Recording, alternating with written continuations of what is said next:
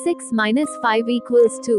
28 अक्टूबर 2010 को रमेश, नवीन, शेखर, प्रकाश, दीपा और सौम्या, जो मांड्या और बेंगलुरु से हैं, पश्चिमी घाट में एक अज्ञात पर्वत पर ट्रैकिंग की योजना बनाते हैं। उनमें से 4 की मृत्यु हो जाती है, एक गायब हो जाता है और एक सभ्यता में वापस लौटने में कामयाब हो जाता है। रमेश एक पूर्ण HD कैमरा लेकर चलता है और ट्रैक पर डॉक्यूमेंट्री शूट करना चाहता है।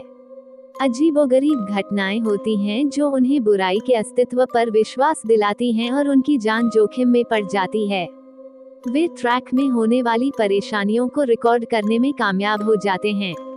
9 दिन बाद रमेश का कैमरा बचाव अभियान में शामिल वन रक्षकों को मिल जाता है और इस बरामद वीडियो को फिल्म में दिखाया जाता है। मेश, नवीन और शेखर मांड्या के पास प्रकाश के गांव में उससे मिलने जाते हैं। वे अपने बचपन की यादों और अपनी यात्रा के बारे में चर्चा करने के लिए एकत्र होते हैं और फिर गांव के प्रवेश द्वार पर कोई उन्हें घूरता है। दीपा और सौम्या समूह में शामिल हो जाती हैं। एक साथ आने के बाद वे जरूरी सामान पैक करके मैसूर की यात्रा पर निकल जाती हैं। वहां से वे ट्रैक ट्रेल के शुरुआती बिंदु पर पहुंचती हैं, जो मैसूर से 180 किलोमीटर 110 मील दूर है। ट्रेल की शुरुआत में वन विभाग की चेक पोस्ट पर अपना नाम और पता दर्ज करने के बाद समूह ट्रैकिंग शुरू करता है। घने जंगल और खड़ी चढ़ाई के माध्यम से कुछ घंटों की पैदल यात्रा के बाद वे सभी थक जाते हैं और जल्दी आराम करने का फैसला करते हैं। रमेश और प्रकाश पास की धारा से पानी लाने के लिए कैमरा लेकर निकल जाते हैं, जबकि समूह के बाकी लोग शिविर स्थल तैयार करते हैं। जब प्रकाश पानी भरता है तो कैमरे की लाइट अचानक बंद हो जाती है और उन्हें एक तेज आवाज सुनाई देती है। शोर से चौंककर रमेश और प्रकाश तेजी से कैमरे की लाइट चालू करने की कोशिश करते हैं। जब वे अंततः लाइट चालू करने में कामयाब हो जाते हैं तो उन्हें धारा के पास कुछ भी असामान्य नहीं मिलता है। रमेश ये सोचकर इसे नजरअंदाज कर देता है कि यह पानी में फिसलने वाला कोई पत्थर या कोई जानवर हो सकता है। दल आगे बढ़ता है। जब वे जंगल के बीच में पहुंचते हैं तो रमेश को एक पेड़ मिलता है जो बहुत ही अजीब है। पेड़ की शाखाओं पर कई खोपड़ियां लगी हुई हैं। जब वह एक महिला की आवाज सुनता है जो उसे रमेशा कहकर पुकारती है तो वह डर जाता है। यहीं से उनकी जान को असली खतरा शुरू होता है। अगले दिन सुबह प्रकाश को बुखार से पीड़ित पाया जाता है और अन्य 5 उसे छोड़कर आगे बढ़ जाते हैं।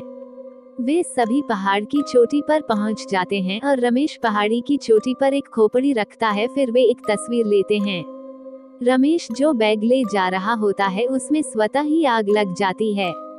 वापस आते समय वे प्रकाश के पास जाने की कोशिश करते हैं जिसे बुखार था।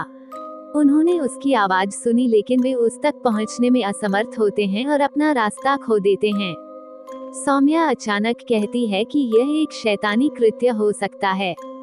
नवीन के पास एक योजना है। वह बीच में एक बॉक्स रखता है और शैतान को चुनौती देता है कि वह आए और बस बॉक्स को पलट दे। कुछ ही सेकंड के भीतर हम देखते हैं कि एक बहुत बड़ा विस्फोट होता है और पांचों अपनी जान बचाने के लिए भागते हैं। वे रात में जंगल में ही आराम करते हैं। आधी रात को कुछ आता है और रमेश की पीठ पर लगता है और वह नीचे गिर जाता है। अगली सुबह वे शहर का रास्ता खोजने की कोशिश करते हैं। सौम्या बहुत थकी हुई है और अचानक बेहोश हो जाती है।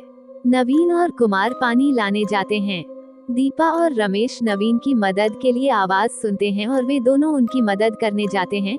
फिर अचानक सौम्या हवा में उछलती है और कुछ सेकंड के लिए तैरती है और फिर उसी स्थिति में गिर जाती है जैसे वह पहले लेटी थी।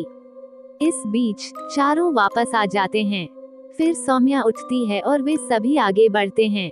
शेखर को एक पेड़ पर चढ़कर ये देखने के लिए कहा जाता है कि क्या वह शहर का रास्ता देख सकता है। वो ये कहते हुए नीचे आता है कि उसे केवल जंगल दिखाई दे रहा है। लेकिन जब वह नीचे आता है तो वह अपने मोजे और जूते पहनना शुरू कर देता है और कहता है कि उसने वास्तव में वापस जाने का रास्ता देखा था और उसने पहले ऐसा नहीं कहा क्योंकि वह पीछे छूट जाने से डरता था। वे सभी खुश होते हैं और वे यात्रा जारी रखते हैं। शाम को रमेश और कुमार पानी लाने जाते हैं और वापस आते समय उनकी बातचीत होती है। कुमार चुपचाप एक पेड़ की ओर जाता है और पेड़ पर अपना चेहरा रगड़ने लगता है। रमेश चौंक जाता है और वो कुमार के पास जाता है। फिर कुमार पलटता है और रमेश को देखता है। रमेश कुमार का चेहरा फटा हुआ देखकर हैरान रह जाता है। फिर कुमार भाग जाता है। रमेश उसका पीछा करने की कोशिश करता है लेकिन वो कुमार को खो देता है। फिर रमेश क्रू में पहुंचता है।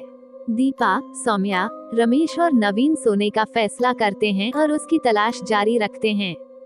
थोड़ी देर बाद कैमरा अपने आप बंद हो जाता है।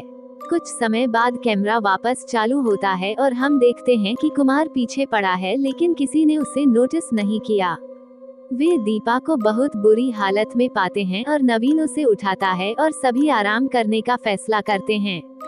रात में रमेश जाग जाता है और उल्टी करने लगता है। सौम्या उठती है और पानी खोजने के लिए उसके साथ जाती है। अब दीपा अचानक उठती है, एक बड़ा पत्थर लेती है और सो रहे नवीन पर पत्थर फेंकती है। नवीन का सिर पूरी तरह से कुचल जाता है और वह तुरंत मर जाता है। फिर दीपा को एक चाकू मिलता है और वह अचानक अपना गला काट लेती है और मर जाती है। रमेश सौम्या के बारे में कुछ चिल्लाता हुआ वापस आता है, जो संभवतः गायब हो गई थी। लेकिन उसे आश्चर्य होता है कि वह नवीन और दीपा दोनों को मृत देखता है। अंत में रमेश को अलौकिक भूत द्वारा मार दिया जाता है। उसे बिना सिर के दिखाया गया है और भूत द्वारा घसीटा जा रहा है।